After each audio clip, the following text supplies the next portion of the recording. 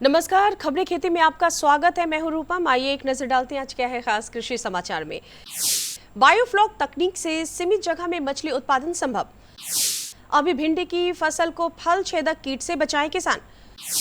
Poly house में बेमौसमी सब्जी भी उगा सकते हैं किसान।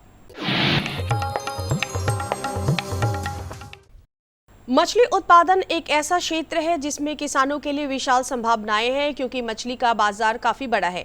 इसलिए केंद्र एवं राज्य सरकार समय समय पर मछली उत्पादकों के उत्साहवर्धन और उनके लिए अनुकूल परिस्थितियों को निर्मित करने के उद्देश्य से कई योजनाएं लागू करती रही है। राज्य में मछली उत्पादन को बढ़ावा देने के लिए पशु एवं मत्स्य संसाधन विभाग की एक ऐसी ही योजना है बायोफ्लॉक तकनीक से मछली उत्पादन। बायोफ्लॉक तकनीक से सीमित जगह, कम पानी और पर्यावरण को बिना नुकसान पहुंचाए मछली का गुणवत्तायुक्त उत्पादन किया जा सकता है। ये हर क्षेत्र के लिए उपयोगी भी है। योजना से मछली पालक किसान के साथ ही युवा रोजगार के नए अवसर का सृजन कर सकते हैं। इस पर सरकार अनुदान भी दे रही है। बायोफ्लॉक तकनीक में 60 टैंक, 25 टैंक एवं 50 टैंक के मत्स्य उत्पादन इकाइयों को लगाने का प्रावधान है। एक टैंक से साल में 2 फसल ली जा सकती है। किसान भाइयों, भिंडी एक नकदी फसल की श्रेणी में आती है। अभी बहुत सारे किसान भाइयों के खेतों में भिंडी की फसल लगी होगी। अभी जो भिंडी फलन की अवस्था में है उसमें फल छेदक कीट का प्रकोप होने की संभावना काफी बढ़ जाती है। अच्छी उत्पादन और अच्छी फसल के लिए इस कीट को नियंत्रित करना बेहद जरूरी है। ब्लू मेडियामाइट 250 मिलीलीटर 100 लीटर पानी में घोल 1 हेक्टेयर खेत में स्प्रे करने से आपकी फसल फल छेदक कीट से सुरक्षित हो जाएगी। अगर आपकी फसल तोड़ाई के लिए तैयार हो गई है तो कीटनाशक के स्प्रे करने के 3-4 दिन बाद भी भिंडी तोड़कर बेचें। 3-4 दिनों में भिंडी से कीटनाशक का असर पूरी तरह समाप्त हो जाएगा।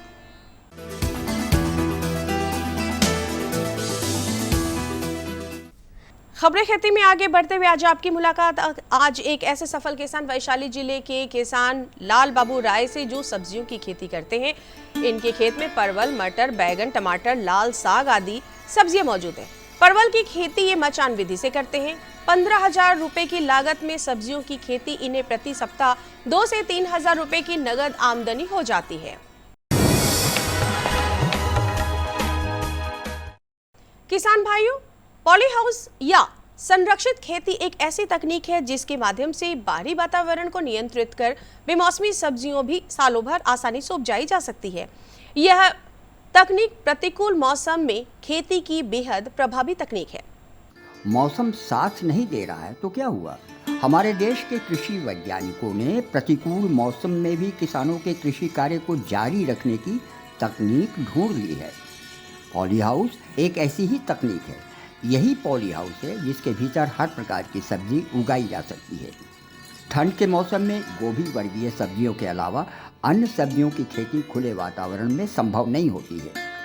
लेकिन इस पॉली हाउस में आप सब्जियों की अगेती खेती कर अपना मुनाफा बढ़ा सकते हैं। देश में बहुत सारे किसान इस तकनीक से खेती कर हर प्रकार की सब्जियां उगाकर आमदनी बढ़ा रहे हैं।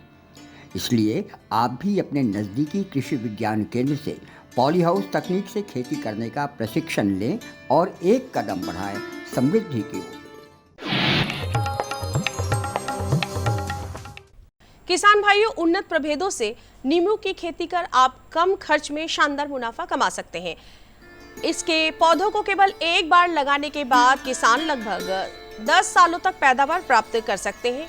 खाने के अलावा नींबू का इस्तेमाल अचार से लेकर सौंदर्य प्रसाधन एवं दवाइयां बनाने के लिए भी किया जाता है। भारतीय कृषि संस्थान पूसा ने कागजी नींबू यानी लाइम और लेमन दोनों की ही 2-2 प्रजातियां विकसित की हैं।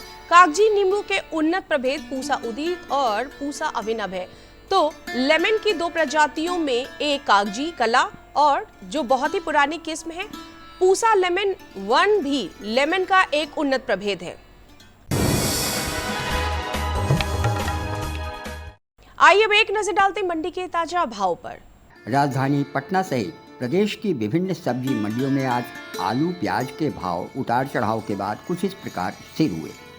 नया लाल आलू 2700 रुपये प्रति क्विंटल, नया सफ़ेद आलू 2600 रुपये प्रति क्विंटल, लोकल प्याज 2500 रुपये प्रति क्विंटल। चलते चलते किसान भाइयों, आप देखिए मौसम का पूर्वानुमान। आसमान बादलों से घिरा रहेगा, लेकिन उमस भरी गर्मी से लोग परेशान रहेंगे। मौसम विज्ञान केंद्र के मुताबिक राजधानी पटना सहित पूरे प्रदेश में अधिकतम तापमान 39 डिग्री सेल्सियस जबकि न्यूनतम तापमान 29 डिग्री सेल्सियस के आसपास बने रहने की संभावना है। 24 किलोमीटर प्रति घंटे की रफ्तार से हवाएं भी चलेंगी। नमस्कार किसान भाइयों, अभी आप देख रहे थे कृषि समाचार, जिसके माध्यम से आपने कृषि जगत की तमाम नई जानकारियां हासिल की, साथ ही साथ सफलता की नई कहानी, मंडी भाव और मौसम के विषय में भी जाना। इसी के साथ बढ़ेंगे कार्यक्रम के अगले भाग में। किसान भाइयों, फलों की सघन बागवानी एक ऐसी तकनीक है जिसमें आप अधिक और गुणवत्तापूर्ण फलों की प्राप्ति कर सकते हैं, और वो भी कम समय में। साथ ही साथ इसमें कम मजदूरों की भी लागत लगती है। तो किसान भाइयों, क्या है फल वृक्षों की सघन बागवानी और कैसे करें आप इन्हें, आइए जानते हैं हमारे कृषि विशेषज्ञ डॉक्टर शाहीन परवीन से। नमस्कार देश के अन्नदाता किसान भाई बंधु, कृषि दर्शन कार्यक्रम में सघन बागवानी कि क्या परिणाम होते हैं, क्या विशेषताएं हैं और सघन बागवानी से कितने कम लागत में आप अधिक से अधिक मुनाफा कमा सकते हैं, इसी विषय पर बात करने के लिए मेरे साथ जुड़ चुके हैं शाहीना परवीन। आपको बता दें जो कि सहायक प्राध्यापक है और साथ ही फल वैज्ञानिक हैं कृषि उद्यान महाविद्यालय नूरसराय, क्योंकि आज हमारी पूरी की पूरी टीम नूरसराय में मौजूद है। मैडम, बहुत बहुत स्वागत है आपका हमारे कार्यक्रम में। शाहीना जी, सबसे पहले जो हमारे किसान भाई बंधु हैं उन्हें आप बताएं कि सघन बागवानी क्या है। सघन बागवानी एक ऐसी प्रणाली है, एक ऐसी तकनीक है जहां हम पौधे के अंतर की दूरी को कम करके प्रति इकाई क्षेत्र अधिक से अधिक मुनाफा कमा सकते हैं।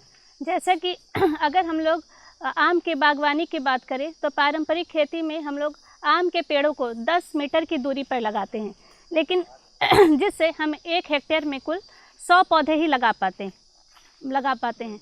लेकिन जब हम सघन बागवानी की ओर चलते हैं तो पौधे से पौधे की दूरी और पंक्ति से पंक्ति की दूरी 2.5 मीटर रखी जाती है, और इस प्रकार हम 1 हेक्टेयर में कुल 1600 पौधे ले पाते हैं। उसी प्रकार अगर हम अमरूद की बागवानी की बात करें तो अमरूद की जो सामान्यता दूरी है वो 6 से 8 मीटर की होती है।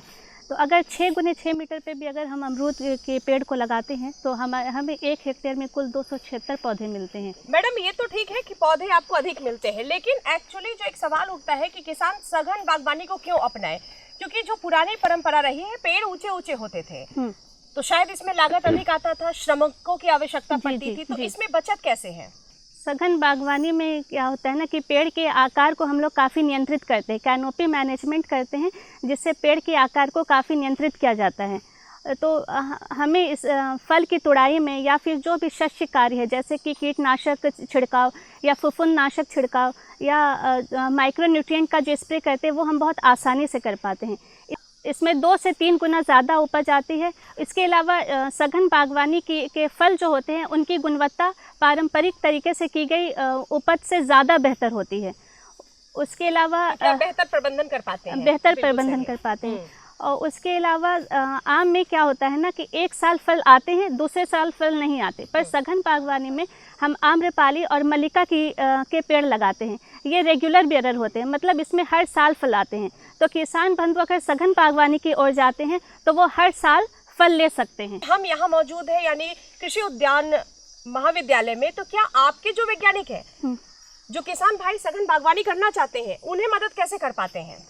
देखिए, सघन बागवानी के लिए हम लोग फील्ड डे करके किसानों को पहले मोटिवेट करते हैं कि वो सघन बागवानी की तरफ आएँ। उसकी जो विशेषताएं हैं, क्यों हम लोगों को सघन बागवानी करनी चाहिए और क्यों पारंपरिक खेती करने में हमें क्या कमी आ रही है, जब हम उसे सघन बागवानी की विशेषताएं बताते वो उसकी तरफ अग्रसरित होते हैं।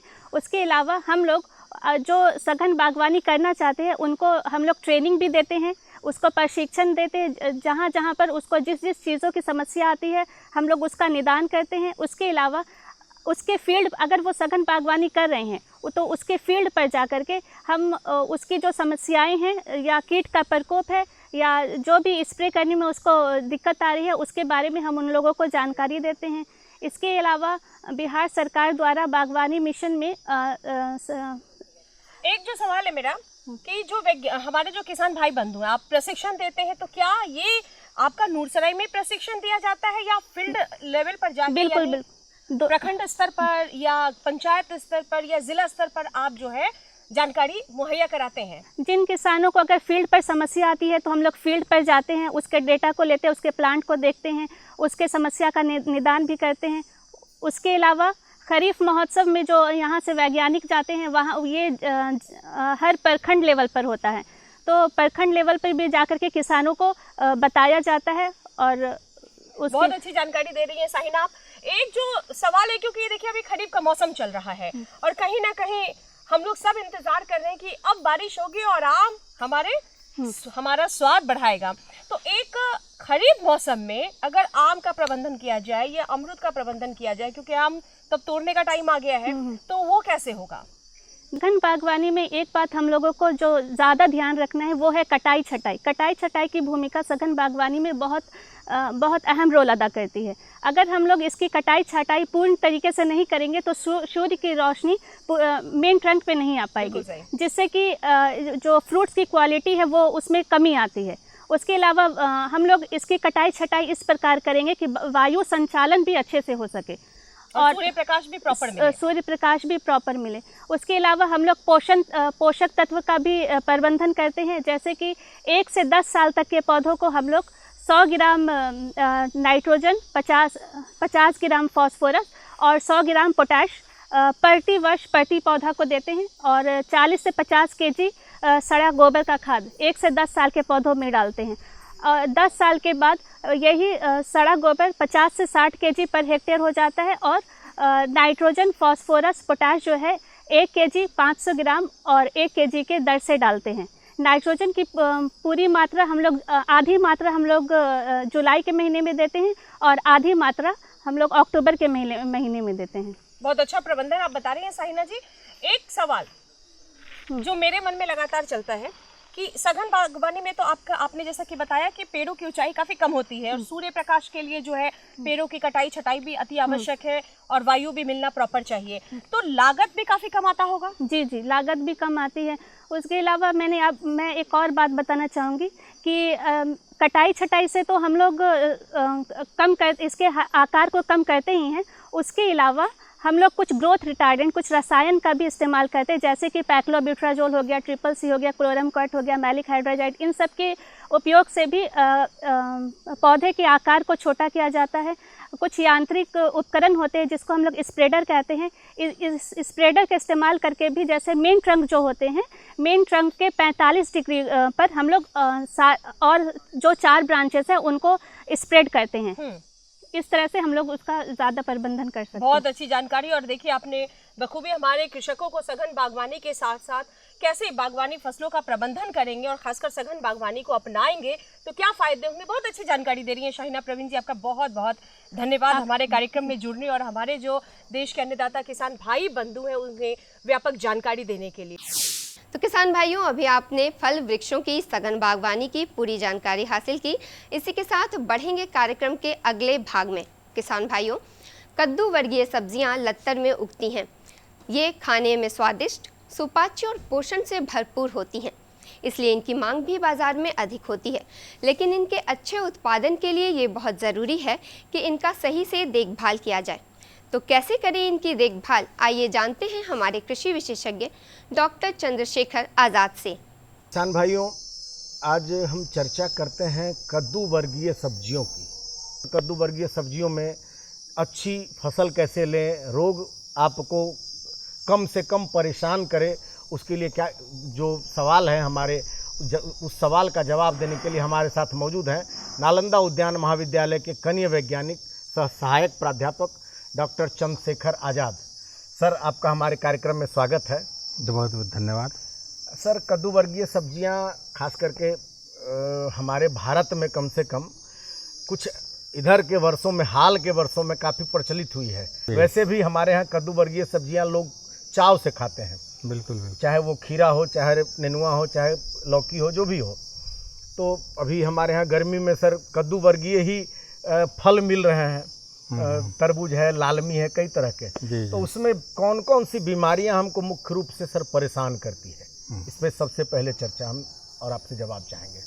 आज का जो विषय है बहुत ही अच्छा विषय है, बहुत ही महत्व देने की विषय है। तो किसान भाइयों, जो भी कद्दू वर्गीय फसल है जो हम लोग उगाते हैं, नेनुआ हुआ, खीरा हुआ, करेला हुआ, ये सब कद्दू वर्गीय में आते हैं। तो अच्छी फसल, अच्छी पैदावार लेने के लिए रोग कीट व्याधि से हम लोगों को निजात, अपने फसल को निजात दूर रखना पड़ता है। अगर रोग व्याधि कीट अगर नहीं लगेंगे तो अच्छी पैदावार होगी और आपकी आमदनी भी बहुत अच्छी होगी।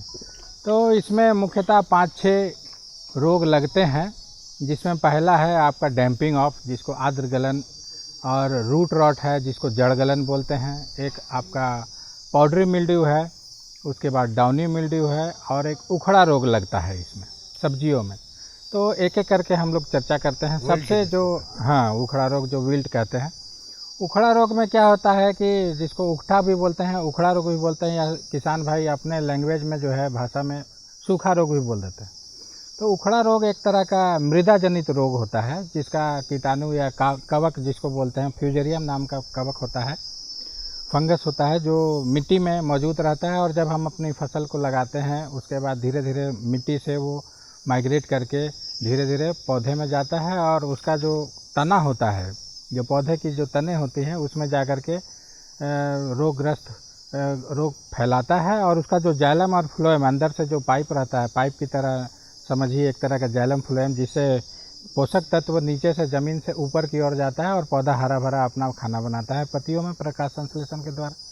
तो जब न्यूट्रिशन ही या पोषक तत्व ही ज़मीन से ऊपर नहीं जा पाएगा तो पौधा धीरे धीरे मुरझा करके सूखने लगता है। तो चूँकि यह एक मृदा जनित रोग है, उखठा रोग, तो उसके लिए हम लोग प्रबंधन के तौर पर हम लोगों को सबसे पहले इसमें मिट्टी जो है उसका उपचार करना चाहिए।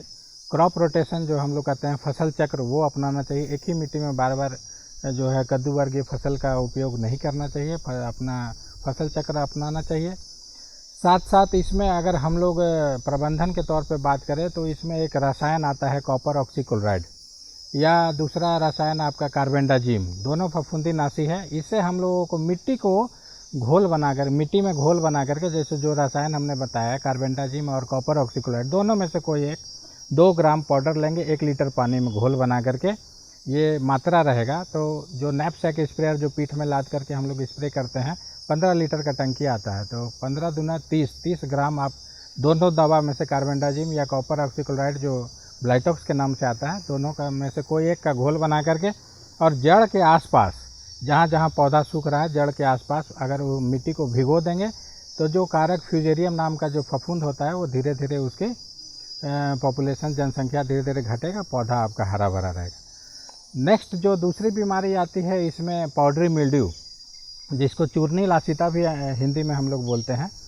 शुरुआत में 1 महीने तक इसका जो प्रकोप है, इस बीमारी का प्रकोप, चूर्नी लासिता पाउडरी मिल्ड्यू का प्रकोप नहीं देखा जाता है जनरली, लेकिन 1 महीने के बाद जैसे जैसे इसका प्रकोप बढ़ता है, इस बीमारी का लोअर जो निचली पत्तियाँ होती हैं, चौड़ी पत्तियाँ जो होती हैं, उसमें पहले लक्षण उसी में दिखाई पड़ता है। क्या होता है इसमें पाउडरी मिल्ड्यू में, जैसे आटा की तरह जो चूर्ण होता है, आटा जो हम लोग देखते हैं किसान भाई, तो सफ़ेद कलर का पाउडर पूरे पत्तियों पर धीरे धीरे निचली पत्तियां से होते होते और कोमल पत्तियां जो शुरुआत में ऊपर में जो आती हैं उस पर भी धीरे धीरे ये फैल जाता है, जिससे क्या होता है पौधा जो पत्तियां पूरी सफ़ेद हो जाएगी और छोटे छोटे धब्बे बनने लगते हैं उसमें। तो जो ग्रीन पोर्शन है, जो हरा पोर्शन जो पत्तियों का है, वो नष्ट हो जाता है, जिसके कारण पौधे अपना प्रकाश संश्लेषण की क्रिया से भोजन नहीं बना पाते हैं, और भोजन अगर नहीं मिलेगा पौधे को तो धीरे धीरे पौधा मुरझाना शुरू करता है और गलना शुरू कर जाता है, और उसमें फल भी अगर बनते हैं तो छोटे छोटे बनते हैं, जिससे मार्केट वैल्यू घट जाता है। एक अन्य बीमारी आती है इसमें डाउनी मिल्ड्यू, पाउडरी मिल्ड्यू की तरह ही इसमें डाउनी मिल्ड्यू है।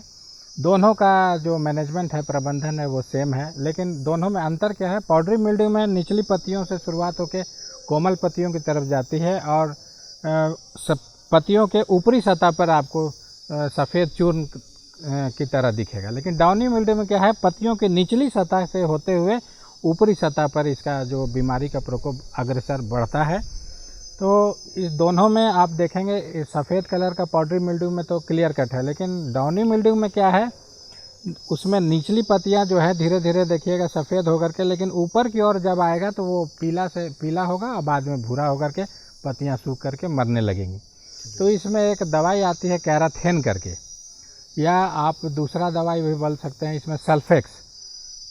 दोनों में से जो मिल जाए इसका 2 ग्राम प्रति लीटर पानी में घोल बना करके पत्तियों पर जब हम छिड़काव करते हैं तो इस रोग से हम निजात पा लेते हैं। चौथी बीमारी आती है इसमें आपका सूखने वाली ब्लाइट, पत्ती धब्बा रोग जिसको बोलते हैं, लीफ ब्लाइट। हाँ, ये एक तरह का जो है ये सीड बॉर्न डिजीज है, बीज द्वारा उत्पन्न होने वाली बीमारियां हैं। इसमें अगर किसान भाई अगर हम लोग बीज उपचार करके अगर हम लोग नर्सरी तैयार करें या बिचड़ा को लगाते हैं तो देखा जाता है 60 से 70% जो बीमारियां हैं वो नहीं आती है ब्लाइट वाला, जो पत्ती धब्बा रोग कहते हैं या पत्र लांछन भी हम लोग कहते हैं। इसको बीज उपचार से ही हाँ, नियंत्रित किया जा सकता है। कुछ बीमारियां जैसे जितना भी फॉलियर ब्लाइट है, जितने जो भी हम लोग कद्दू वर्गीय फसल में जितने भी पत्ती पर लगने वाले धब्बे या पत्ता धीरे धीरे सूखने लगता है या ब्लाइट होता है, तो उसमें हम लोग अगर बीज उपचार करके अगर हम लोग लगाएं अपने नर्सरी में या बिछड़ा को लगाते हैं बीज उपचार करने के पश्चात, तो 60 से 70% जो ब्लाइट वाला बीमारी है हम लोग निजात। तो शॉर्ट में मैं बता दूं कि इसको हम लोग जैविक विधि से भी कर सकते हैं। तो किसान भाइयों, निश्चित रूप से यह हम जानकारी जो हमारे डॉक्टर चंद्रशेखर आज़ाद ने दी, ये बहुत कारगर है। और कारगर इसलिए है कि इन्होंने रासायनिक और जैविक दोनों विधि बताई कि आपको मार्केट वैल्यू जब आप जैविक खेती करेंगे तो उसकी अच्छी मिलेगी, कीमत अच्छी मिलेगी, लागत भी कम लगेगी, और रासायनिक तरीके से तो आप उसका प्रबंधन कर ही रहे हैं और कर ही सकते हैं। सर, इतनी अच्छी जानकारी आपने दी, इसके लिए बहुत बहुत धन्यवाद। जी, बहुत बहुत और धन्यवाद। किसान भाइयों, हम फिर मिलते हैं एक नई जानकारी, नए विषय और नए विशेषज्ञ के साथ। तब तक के लिए दीजिए हमें इजाज़त। नमस्कार। धन्यवाद। तो किसान भाइयों, आज के कार्यक्रम में बस इतना ही। अगले अंक में कृषि की कुछ ऐसी ही और जानकारियों के साथ हम फिर से हाजिर होंगे। तब तक के लिए मुझे और हमारी पूरी टीम को दीजिए इजाज़त। नमस्कार। हमारा पता है कृषि दर्शन, कमरा नंबर 203, द्वारा केंद्र निदेशक, दूरदर्शन केंद्र पटना, फ्रेजर रोड, पटना। हमारा ईमेल एड्रेस है directordkpatna@gmail.com और kddkpatna@gmail.com।